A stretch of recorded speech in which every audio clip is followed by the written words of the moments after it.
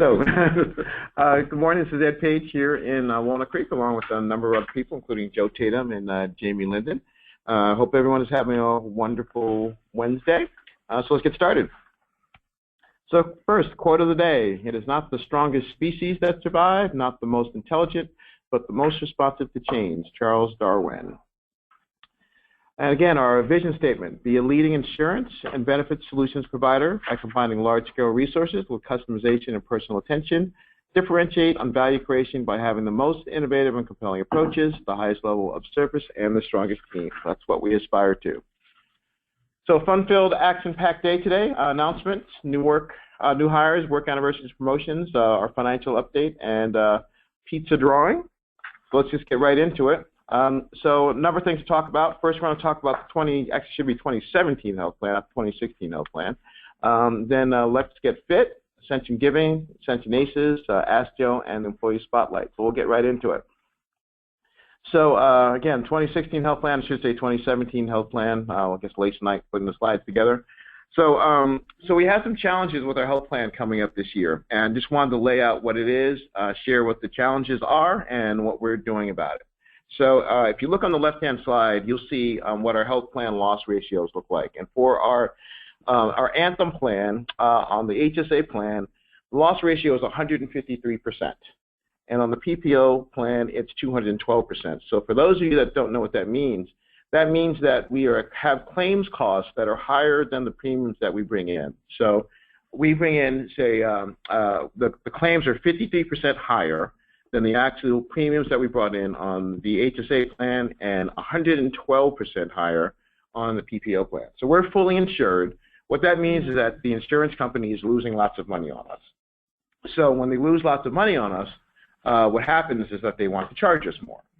So that's not a good trend. The key things that are driving it are pharmacy costs and a number of large claims. And when we look at the data is actually getting worse.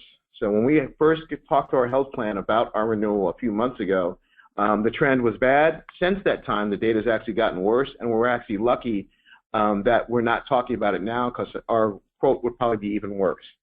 So we got, frankly, a horrific quote from our health plan initially of 61% increase. 61%. That is a very large number. And that's an increase of more than $1.1 million in our healthcare costs across the company. We took the plan to market, and there were no other competitive bids. So we went to everyone we could find, but because of the claims experience, no one would give a competitive bid. That's the situation that we had.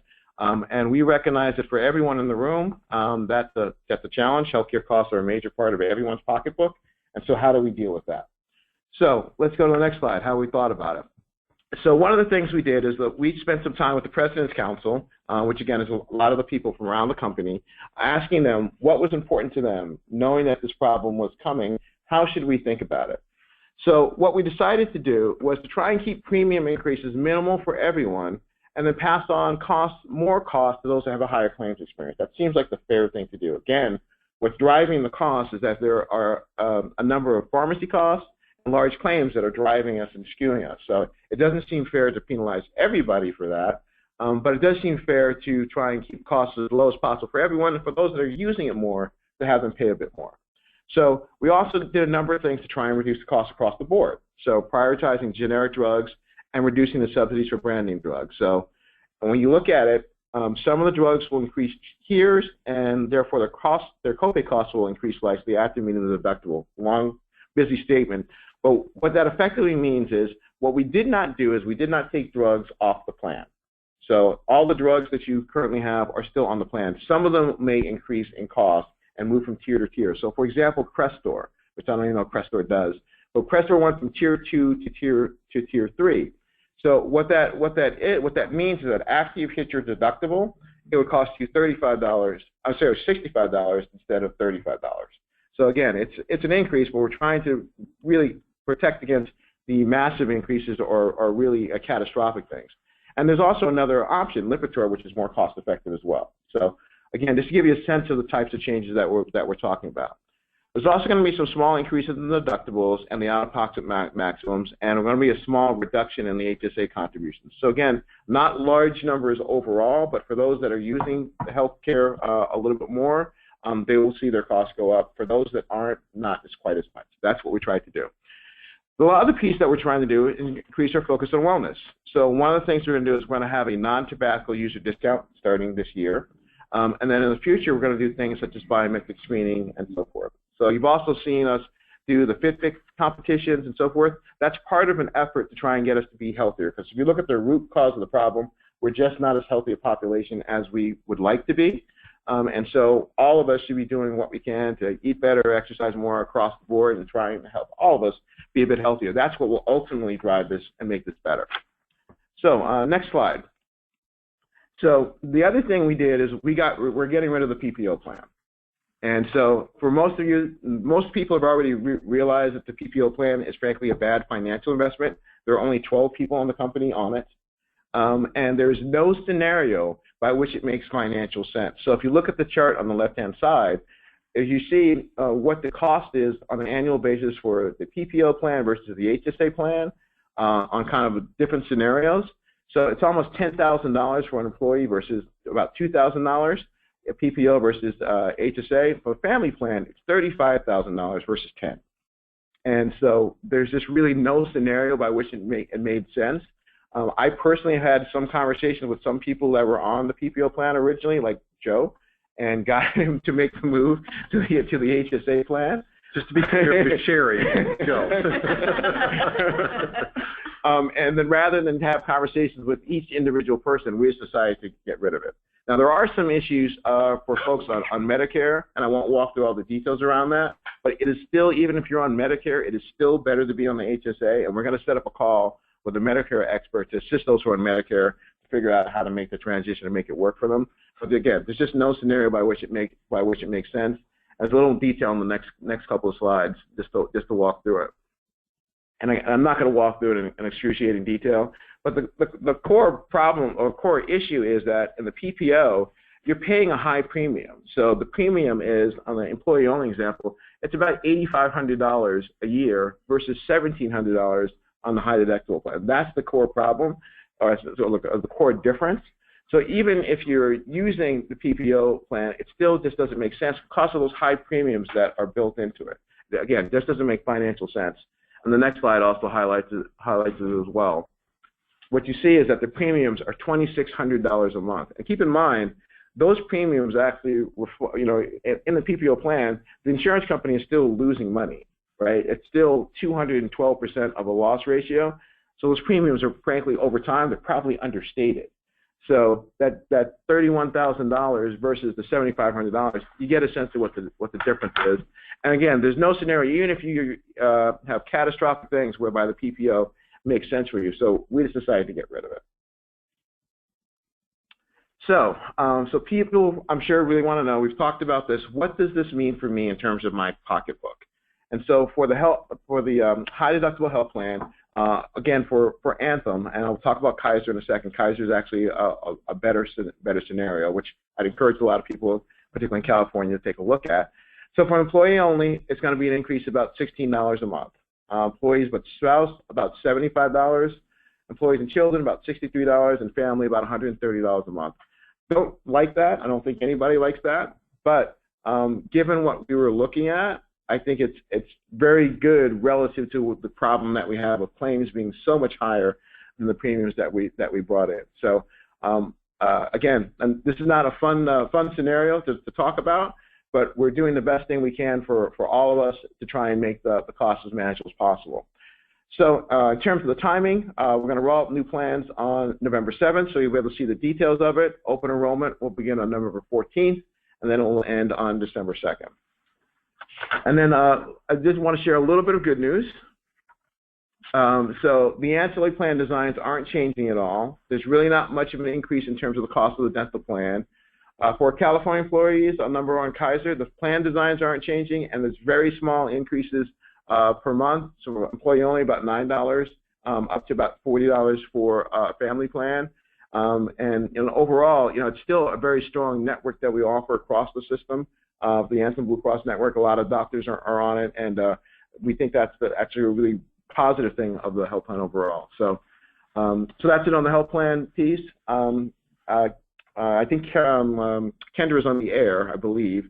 so she's not here to correct me if I said anything wrong. But Caitlin was kind enough to be here, and she hasn't raised her hand and said I said anything stupid yet. So hopefully you actually didn't catch it. okay. So hopefully I got that all right. But we'll have webinars to explain all this. Probably much better than I can, but hopefully that was helpful for everyone. So now shifting gears, it's come to our attention that there's an ADP mobile app that some people have been using who are on an hourly basis to clock in and out. Want to be clear, we're actually going to turn that off, but in the meantime, time punches must be made via your work computer in the office. Do not use the mobile app. And if you clock in and out when you're not in the office without approval, it's considered a falsification of hours and will be considered a code of conduct violation.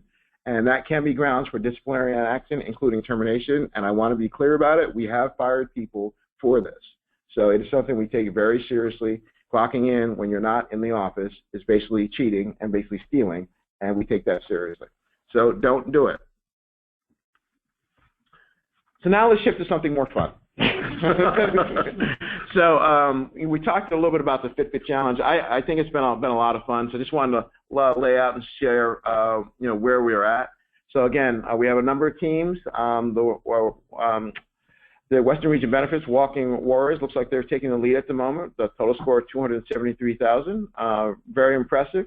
So again, each team's daily steps are counted in average, which is then added together to create the overall total score, and the team with the highest step score wins. I still don't know what the prize is. We need to figure that out. But it's really fun to see the competition. Our cool cat Corporate Crusaders, we got to step it up a little bit to catch up to the Walking Warriors, but hopefully we'll get there. So next, we have some extreme top performers in our Fitbit Challenge. So we want to just kind of share some of the data and ask a couple of questions about it. So let's go forward. So are they Fitbit fanatics or are they Fitbit frauds? So person number one, Mr. Jorge Lara. So on October 15th, he walked 73,000 steps, which is the equivalent of 34 miles and more than 10 hours of activity. And most other days, he averages around 30 to 40,000 steps.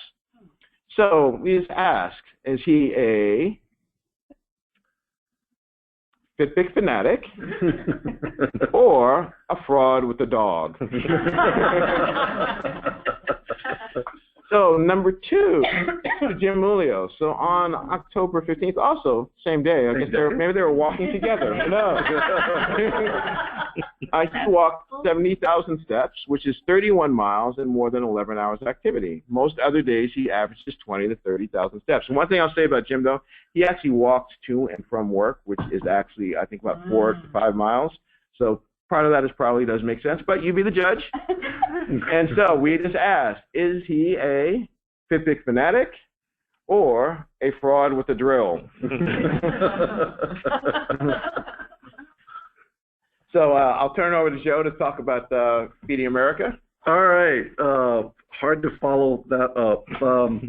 So just an update on our Feeding America. We have raised over $7,000 so far, which is outstanding. And be a nice round of applause for everybody. And again, if you haven't joined the fundraising effort, you can do so via payroll deduction. You can make a one-time or ongoing donation, and it is strictly up to you and ever how your heart leads you with it. So, and then next, the ACES. Jamie, I think you're picking that one. Sure. Yeah. So just hey everybody, just a quick update. Ascension ACES. This is our big rewards program for our top 1% of our service team. We've had it the last couple of years. We wanted to remind everybody that the nominations are due Monday, October 31st. So that is 5 days away. We have had about 16 or 17 nominations to date. We had, I think, Lee, about 30-something last year. So I know there's a lot more people out there deserving of this award. So ask managers out there to nominate your ACES.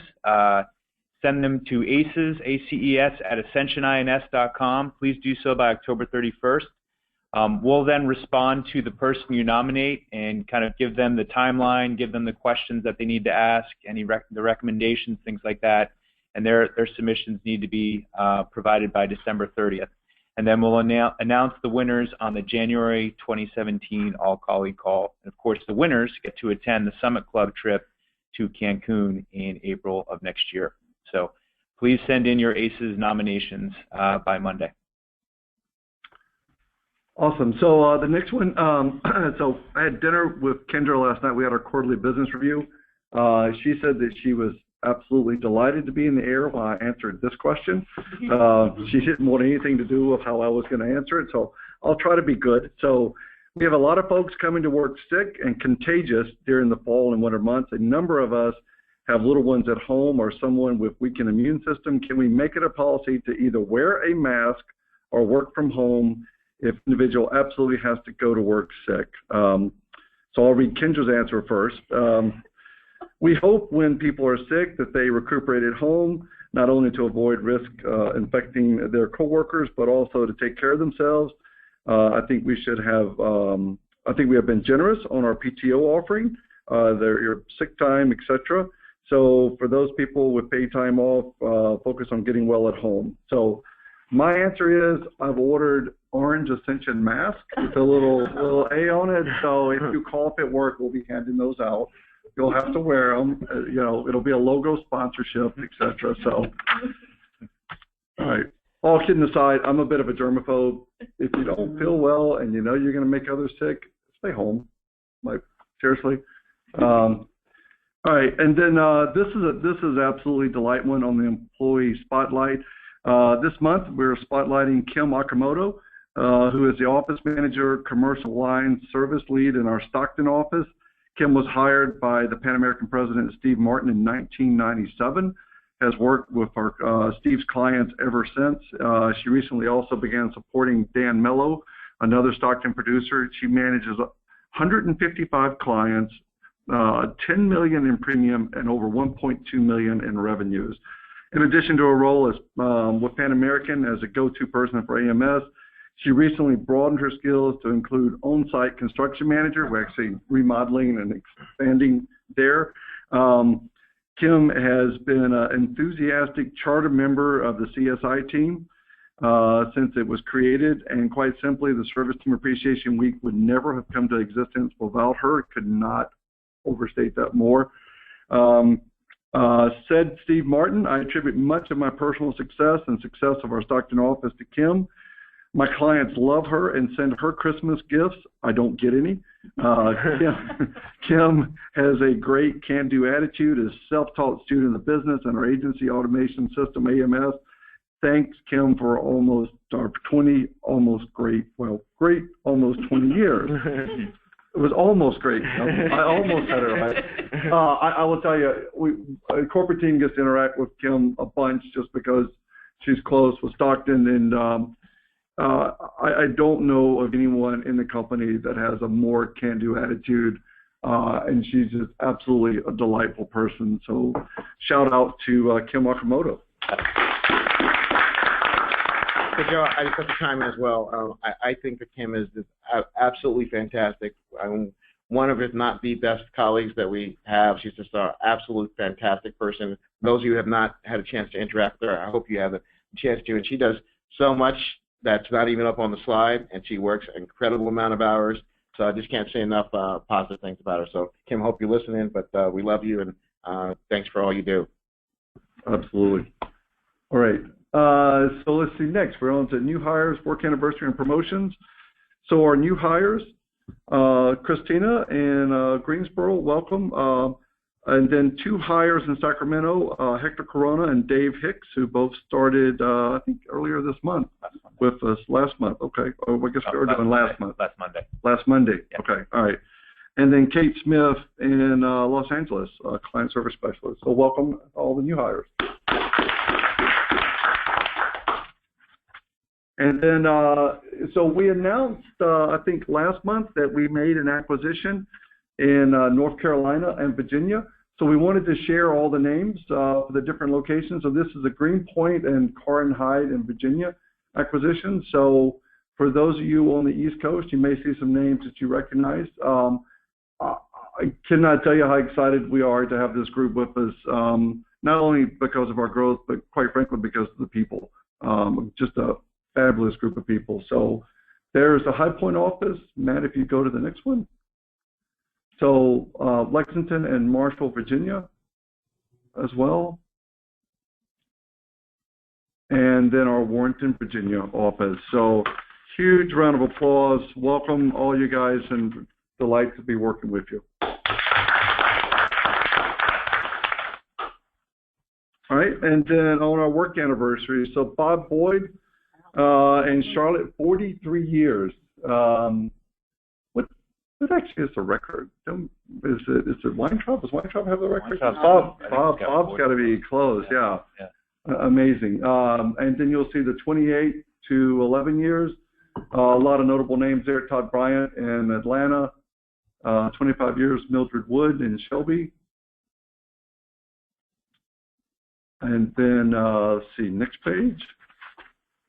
And this is our 10 to 4 years. I actually wanted to give a shout out to one of the names on here, and that's Dan Brookhart in our Overland Park office. Probably I guess he is the longest serving corporate employee, originally kind of from the start. Dan is a guy that we depend on greatly at corporate, and probably nobody ever hears about or knows about unless you're in Overland Park, but great guy, and we're blessed to have him, be able to work with him. Yeah. And then 1 to 3 years, a lot of notable names on here as well. A lot of Walnut Creek. We went on a hiring spree 3 years ago, didn't we? Wow. All right, and then promotions in October. So to announce, Collegiate Solutions is happy to announce the promotion of Amanda Diaz to the role of Enrollment Administrator. Amanda joined Ascension 4 years ago and is moving from her role as Client Service Specialist in the LA office to help further improve our process of enrollment for our clients and our claims administrator system or carrier partners. Congratulations, Amanda.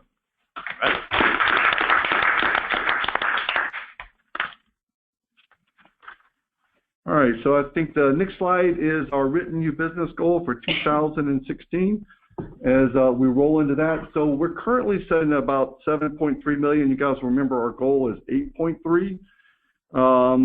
We did not have a good September. You'll notice down there that we had a goal in September of 900,000 and we didn't quite break 400,000.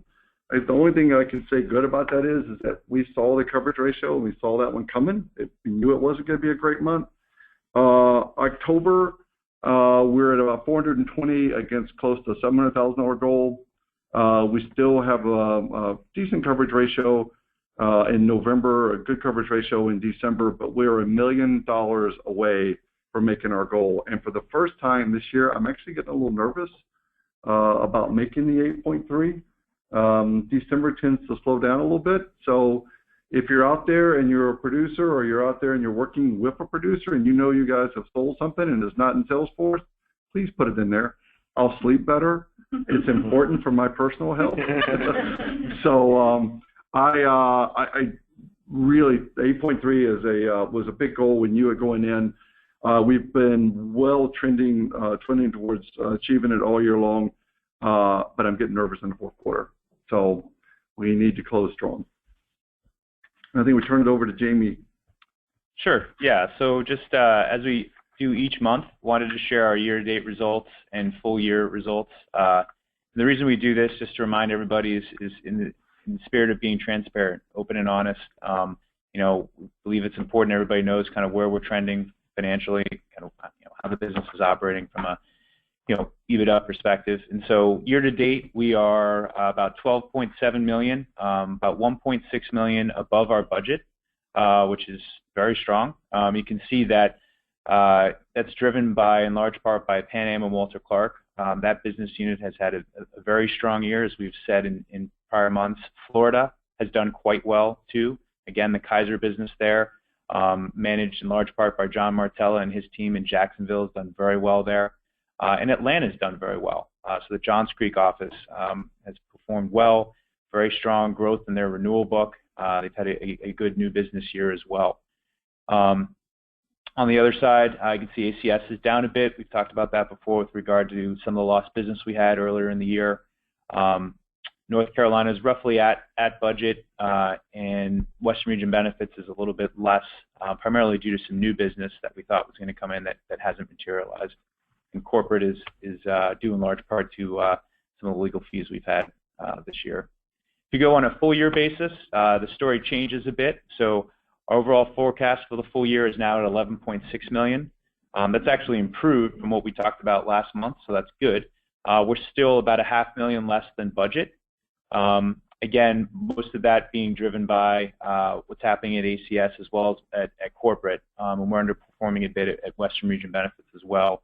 But again, focusing on the good story, and there's a number of them. Pan Am Walter Clark, we expect to be about $1.5 million above budget, and that number actually might even be higher based on what we're seeing this month. Florida should finish above budget. Atlanta will as well. North Carolina slightly above budget. So some really good stories there in the East as well as Pan Am and Walter Clark. We move on to the next slide, Matt. So this slide, this is something that we share on a quarterly basis. This is something we started last year to let people know where we're projecting the bonus pools to be for each of the business units. To remind everybody, this is based off of not only the performance of Ascension overall, but the individual business unit. And a few things to keep in mind with this. So first of all, this is based off of September's full year forecast. So that's 9 months of actual, 3 months of forecast. Those numbers could go up and down again based on what the full year trends wind up looking like. The second thing is to think about is that what does this mean for me if I'm doing this? If I'm somebody at Pan Am and Walter Clark, does that mean my bonus last year or this year is going to be 112% greater than what it was last year? The answer is not necessarily. All right, this is just basically saying, look, we budgeted a certain amount of bonus at every business unit, okay? And that pool is either going up or down, again, based off of the performance of those business units. How that pool gets allocated to each individual employee will ultimately be at the discretion of the business unit leader, and it'll take into account your review ratings primarily, as well as other work that you've done. So your bonus actually could be higher or it could be lower. But this just speaks to the overall pool for each business unit. And as we talked about in the previous slides, Pan Am, Walter Clark, Georgia, Florida have had strong years, and so that's translated into their budget, their bonus pool going up. On the flip side, with Western Region Benefits, we haven't had as strong of a year there because we haven't had as much some of the new business. So the bonus pool right now is trending to be much lower than what we had budgeted. We'll update this again for fourth quarter. We do put this on the intranet every month so people can take a look at it. But again, in the spirit of trying to be open and honest and transparent, we wanted to share this with folks so you get a sense as to how things are trending. And then the other bonus we have out there is the client retention bonus. And this is based off of our client retention. So basically looking at our lost business and taking that as a percentage of our book at the end of last year, and where are we trending, forecast the budget across business units. And you can see that Pan Am, Walter Clark, Western Region Benefits, Georgia, and Florida were either at or above what we had budgeted for our overall retention. So that's great. We've had a little bit, we're behind on ACS, and that's primarily what's driving that business is underperformed, and North Carolina has been a little bit lower as well. Again, these numbers are based off of a September full year forecast. They could go up or down once we get to the end of the quarter. But right now, again, Pan Am, Western Region Benefits, Georgia, and Florida would qualify for the bonus, and that would mean $200 to all non-production staff at those businesses. So I'll pass it off to Joe, I think, to go through the healthier lunch. Yeah, so you'll see the X of the pizza. So I'm actually convinced that Ed has been talking to my wife Sherry about my dietary habits. So we have been eating much healthier at corporate. So we're going to change the pizza drawing to a healthy lunch drawing. And so we have a question. Let's see. Last month, Stuart, Florida office won. The first person to enter into the correct answer into the chat session there will win, which I think Matt is currently monitoring. Mm-hmm. So, by the way, we have all the technology people out there monitoring who is Googling the answer right now. So just so you know, although I see people pulling their phones up in the room already. So the question this month is, John Harris, the official taste tester for what company, insured his tongue for $1 million? Dreyer's ice cream. Whoa! Oh, yeah. Wow. Yeah. Nobody beat that. Wait. How do you know that? I know this because when I was in 5th grade, our elementary school took a field trip to the Dreyer's plant.